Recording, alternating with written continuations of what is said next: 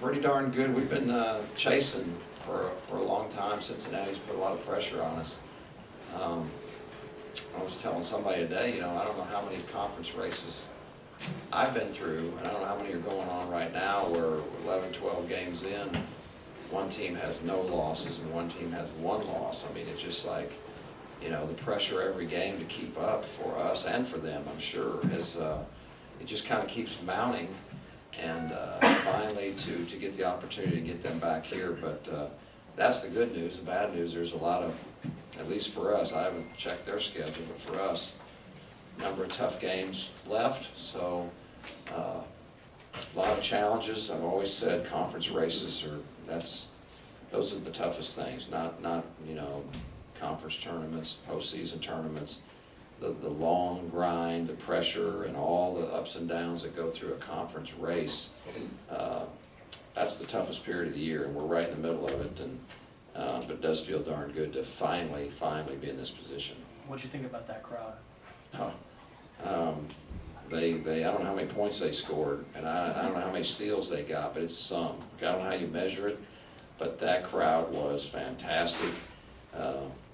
We were rated last year before the season. They rated us the #1 toughest home court in the league, which we're very proud of. And I don't think we hurt ourselves tonight at all. I hope we get some more like that down the stretch. It's amazing what it does for the energy of your guys and for their confidence. And I'm just really thankful. I love our home court.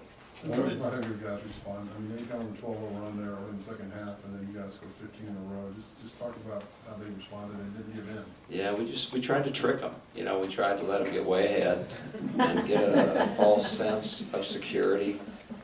Not a great time to dig that hole. Obviously, the hole earlier in the game is always doable, but the later it goes. But our, you know, our guys don't panic, or I haven't seen them panic. And at every time out, every time we could talk to them, we just said, hey, we're right there. We just, you know, we got to shore up the defense a little bit. We made a couple adjustments, and they were fantastic in executing those. I thought we did a tremendous job of playing hard and tough without fouling, which was, for me, was going to be the #1 thing in the game. We got foul trouble all over the place. We were going to be in a mess, okay? We were going to be in a big mess. But our guys managed to just play right through that. And I thought, for me, well, if you look at the second half, to answer your question, I kind of got off track, but dug the hole, and then from that point on, I thought played the best defense we played all year, bar none. As tough and hard-nosed and committed as we've been, and we've been a very good defensive team. And at the same time, then all of a sudden our offense took off. And look at our numbers. We shoot 62 from the field in the second half and 55 from three. You're going to win a lot of games if you throw those numbers up there, but when you're holding them to 25 in the second half, that was a great half. That was just guys wanting it so bad. We are a very, very competitive group. We're pretty mature, we're pretty poised, and they understand it's a long game, and we play through. You know, we play through some runs, and we definitely did that today. Specifically, was there anything that y'all did differently in the second half compared to the first half defensively? There definitely was some things we did differently. We things that we want to do early in the game, but because of foul trouble, we don't feel like we can take the risk. And I would tell you, but we may have to play them again, so I actually don't want to just give them our scouting report. You know, I just want to hand it to them, but I will tell you that the way we want to play them is not the way I feel like we can play them for 40 minutes. So we try to get as far along as we can, and I will say this, a humongous factor in allowing us to make the change, the switch that we were able to make is the fact that Ben and Shimmy had zero fouls for the longest time, and then I think Ben might have picked up one, and then of course later on it started working against us. But you know, we were in a good position when that happened, when Ben was gone, and so now we could play a little ball control and use the offense for our defense a little bit. But it's not something that we figured out during the game. We knew ahead of time, but we just didn't feel like we could take the risk. So we have to protect our guys as long as we can. What did you think of Ben Meligu tonight? He was fantastic. He was fantastic. But you know what? He's been great. I say this all the time. I know I'm a broken record on a lot of stuff, but it's stuff that I'm passionate about. I feel very strongly. Been doing, these for years, and, we're gonna always talk about the leading scorer. He was the best player, the guy, and sometimes he is, don't get me wrong. I mean, you gotta have guys who can score the ball, and I love guys that can score the ball, but so many times a guy's playing terrific, just doesn't score many points, or doesn't have a great shooting night. Ben Moore's one of those guys. You just watch Ben Moore every night, whether he gets 19 points or tonight he didn't score very many, but Ben is only doing about 75 great things out there. Trust me, from a winning. If you're watching winning, Ben Moore is always helping you win. Benny Malik is the same way. Ben is underappreciated by a lot of people, but not by our staff and not by his teammates. He guards like crazy. He's very smart. He's in the right place. He makes plays for others. He's tough. He very good passer. He's made over this year. He's made some just kind of high-level IQ passes to understand sort of what we're doing. At Tulsa the other day, a couple games ago, he was igniting us. Other guys are scoring. He was the kind of trigger man on a lot of things that we were running. Made great plays. Nobody talks about it. So. How is he? He's a heck of a player. When he scores, he is a really, really, really good player. But for me, I love it when he scores because then everybody starts looking at him, and he deserves to be looked at. Tim, you gave up. The adjustments you guys might have made over the last 16 minutes was just trying to play everybody straight up and not double them when it went inside to kind of stay out on the perimeter on their threes. Is that fair? So now you're going to give away all our secrets right here. No, Hey, no. if I can see it. That was part of it. Yeah,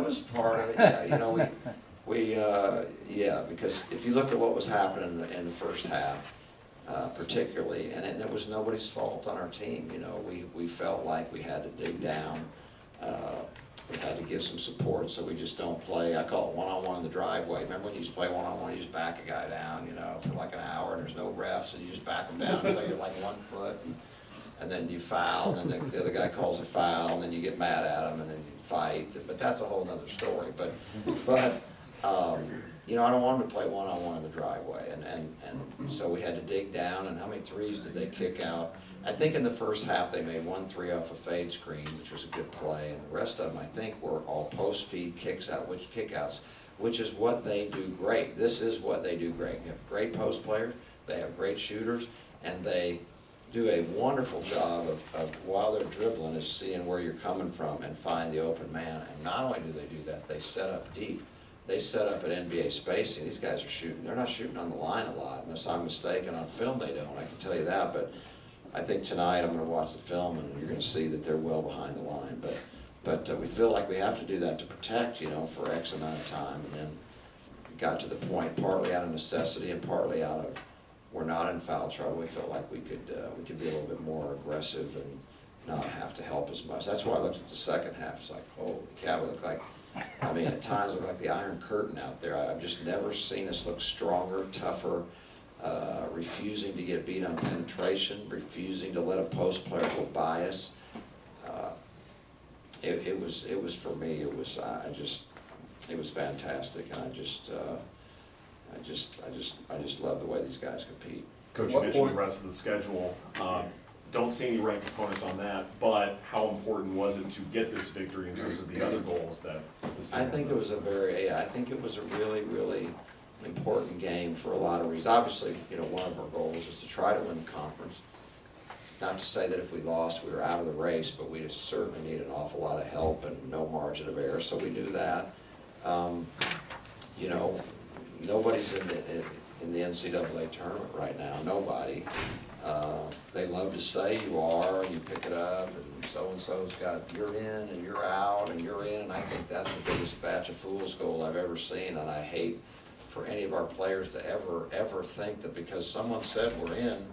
We're not in. You're never in until the end when they add them all up. So that's critical, and then of course, we're playing for a seed too, and you want the highest seed because once you get in that tournament, matchups and who you have in the first and second round, that's pretty big. So we all understood it. Our guys understood it. We did not over talk about it for sure. because I didn't want it to be, you know, it's not the end of the season type loss if you lose, but it was probably the biggest opportunity game of the, not probably, it's the biggest opportunity game of the year we had all year so far, and thankfully we came out on the right end of it. At what point was Deshaun McDowell ruled out, and what was it like for you and your staff to prepare for the number 11 team in the Well, country? it's just kind of a day-to-day, you know. Already short bench. It's getting you day-to-day, and it used to be more stressful for me. I tell you this, I have gotten an education in the short bench like I have never. I've been coaching a long time, okay, and I have never, ever, including last year, you know, when I coached the first 9 games, I had like 8 and 7, a lot, and then one game we had 6. So that was my first big experience with having 6 scholarship players. So that was last year, and then this year, of course, for most of the year, you know, we've had 7, and then we went to Central Florida with 6. We went to Temple with 6. We had 6 again today. And I'll tell you, I'm starting to get used to it. I'm starting to not panic, you know. It was, you just deal with it. But I will tell you this too, and Jonathan Wilfong, I have confidence in, you know, why he's not a scholarship player. I'd have put him on scholarship had we been able to, but through the probation, we're not able to. So I feel really badly about that. But he's a senior, and he can play in these games. I mean, he can. So we do have another guy that I believe is ready to go play real minutes. You've seen him play real minutes before. But you know, I haven't been getting him in games because somehow, some way, these guys are playing 39, 38, 37, and staying out of foul trouble. And we do have 6 in our rotation. So, do we want 7 plus Jonathan? You bet we do. But we've learned that you know what, we can find a way to do it with 6.